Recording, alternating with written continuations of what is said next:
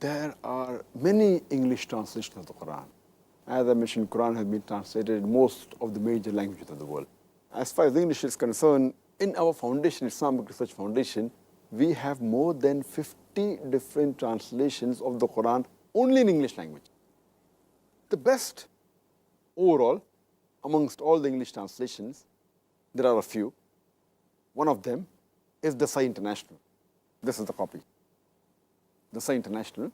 It is translated just a few years ago.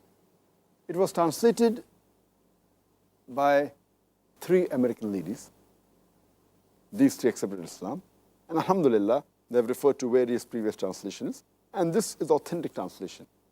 But one thing I would like to mention, that no translation of the Quran is exactly as the original word of Allah subhanahu wa ta'ala. Because the translation is a human handiwork. So no translation would be free from errors. No translation.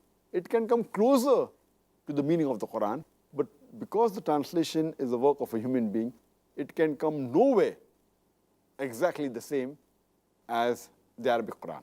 But amongst the one that we have in English language, Sahih International is one of the good ones. The translation is authentic, alhamdulillah.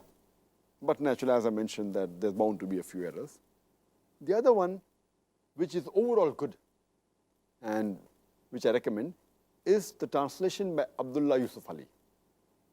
Abdullah Yusuf Ali spent more than 40 years only in translating the Quran. And overall, I say that if you want to give to a non-Muslim, the translation overall is good. It has commentary. It has got footnotes. And the English is a bit archaic. You know, the old English, thee, thou, ye, which most of the people don't like, but actually it's closer to Arabic. Because Arabic is a language in which you have 2 genders, male and female, and numbers you have 3, singular, dual, and plural. So in English language, if I have to say you, whether it's a male or a female, I use you. Whether it's a single person or 2 persons or more than 2, I use the same you. For 6 different people, whether single, dual, or plural, whether male or female, I use the same you. But in Arabic, for a male single person is a different you, anta. For a female single person, it's anti. Similarly, dual for male, female is separate. Plural, more than 2, male, female is separate. That's 6 different yous. So in this archaic English, instead of you, they have e, thee, thou, which is closer to the Arabic. But it's difficult for those who aren't used to this English. It's difficult. But there are people who have simplified this English of Abdullah Yusuf Ali.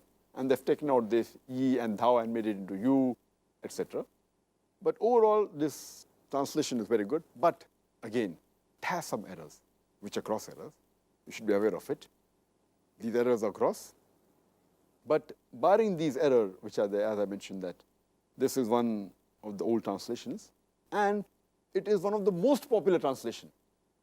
There have been tens or maybe hundreds of millions of copies of Abdullah Yusuf Ali, which has been distributed throughout the world.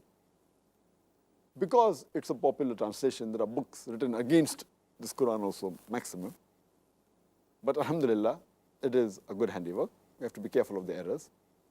The other good translation is the Noble Quran by Taqiyuddin Hilali and Mohsen Khan. This translation I especially recommend for the Muslims. I don't recommend for the non-Muslims because it has too many brackets. And it's good for the Muslims because in the footnotes, very often they give references from Sahih Bukhari, Sahih Muslim. So it's helpful for the Muslim to understand the Quran better. But for non-Muslim, because of the brackets and too many explanation, it may not be very much feasible for dawah work, according to me. The other translation which is good is by Abdul Majid Daryabadi. It's in 4 volumes. Its main speciality is it's good for comparative religion. And it gives quotation from the Bible and the other scriptures besides the Islamic scriptures. Another English translation which is good is by Muhammad Asad. It is a very logical translation. He very often quotes Zamakshari, it's Kashaf, but if you be careful, sometimes he goes overboard. He tries to prove everything logically, even the miracles, etc., so you have to be careful. Otherwise, its argument is very sound. You have to be careful. As I said, no translation is free from error. Then the other translation that you have is by Mahmoud Pickthall, the Britisher, but it's only translation, there's no commentary, there's no footnotes. You have the translation of T.B. Irving, which is an American translation. If an American English, that's a good translation, T.B. Irving. If you want a poetic translation, then Arthur Arby is there. He's a non-Muslim, but it's a poetic translation. These are many of the translations which were translated directly from Arabic to English, and the famous one. There are many other, several. There are some translations which have been translated from Arabic to another language, Urdu, and then to English. For example, by Maulana Abul Ala Maududi. And that's called At-Tahfim al-Quran. That's a good translation. It's in 6 volumes. The new one is in more volumes, and especially the new translation from Urdu to English by Zafar Ishaq Ansari is far better in English. And it's a different view. It gives a different view, a different angle of the Quran. I'd just like to mention one more. The other one which translated from Arabic to Urdu to English is by Maulana Shams Pirzada. It's in 3 volumes, Dawat al-Quran.